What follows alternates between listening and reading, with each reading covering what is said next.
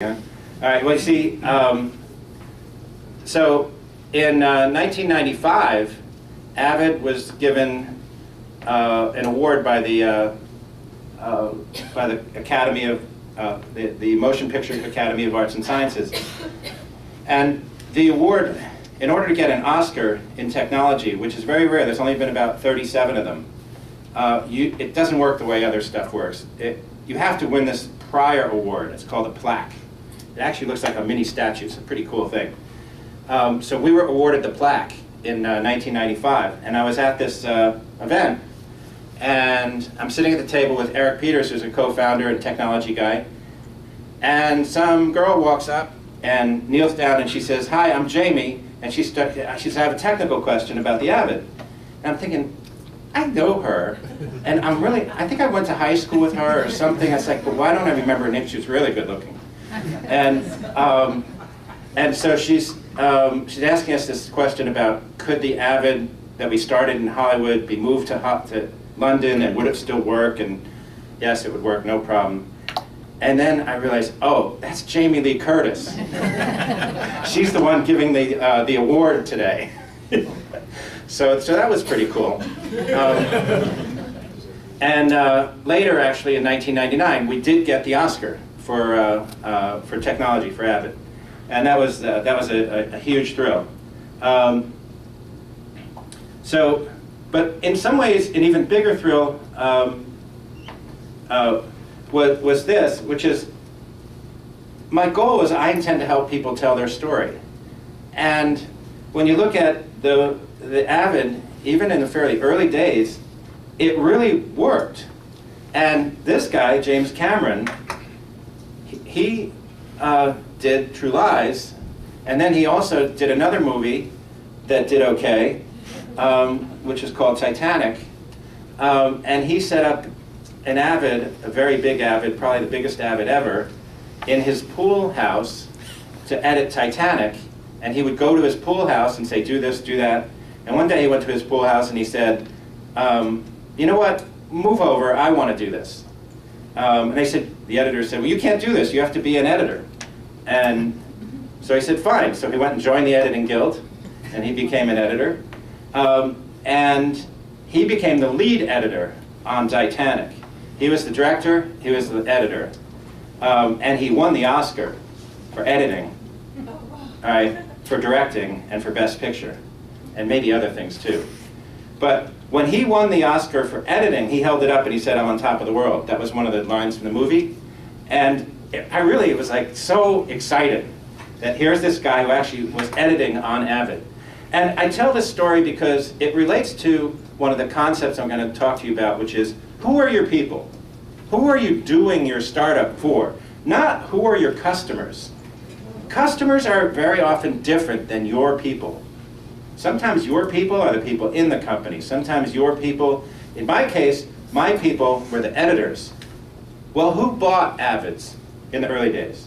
It wasn't the editors, it was post-production houses. So my people weren't the customers. Kurt Raleigh was my VP of operations. His people were the post-production houses. And thank God, otherwise we wouldn't have had the sales we had. So I'll tell you more about that. All right, but so now I want to go to the other company, Wildfire. Who's heard of Wildfire? All right, cool. All right. It's a good thing we don't have too many people under 30 in here. Who's under 30? Oh, right, yeah, okay, all right. All right, okay, cool, there we go. His Wildfire was, well, it was 19 years ago. Yeah, you would have been in grade school.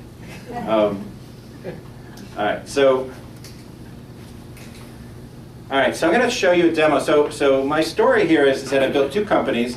Basically, I built one from the heart and one not from the heart.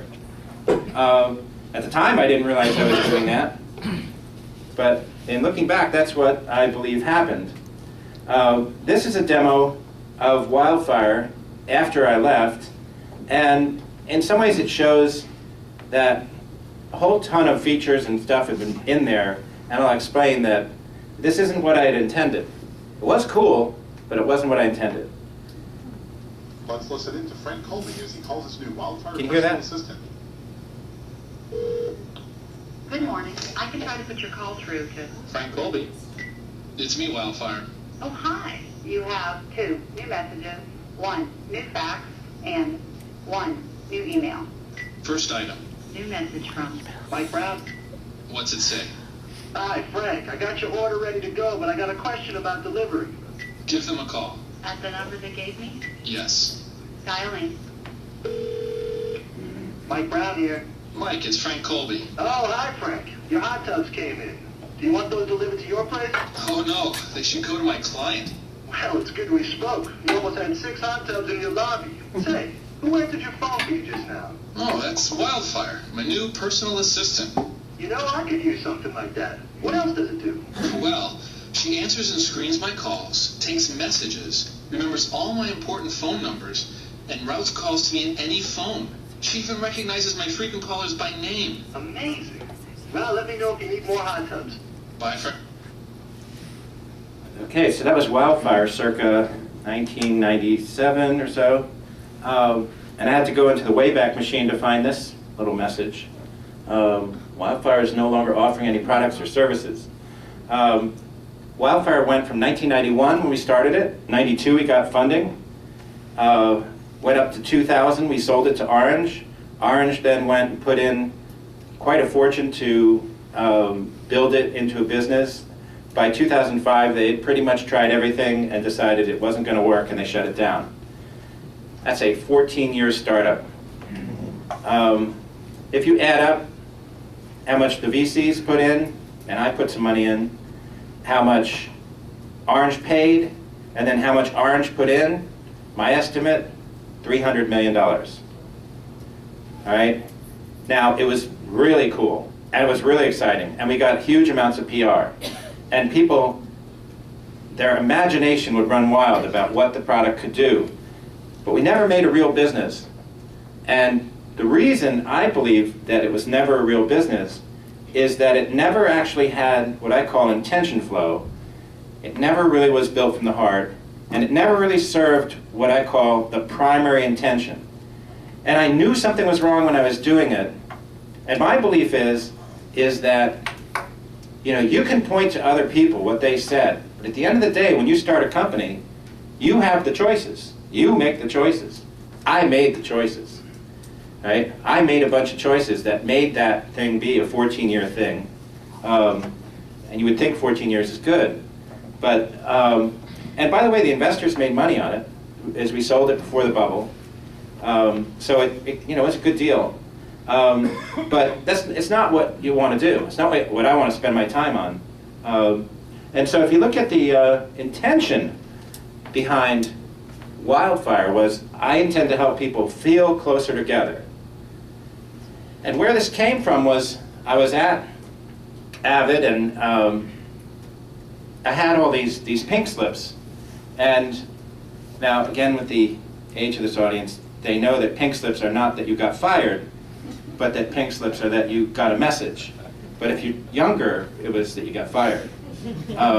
Although, actually, nowadays, you probably don't. You get a text message. You are fired. You know? Dash HR.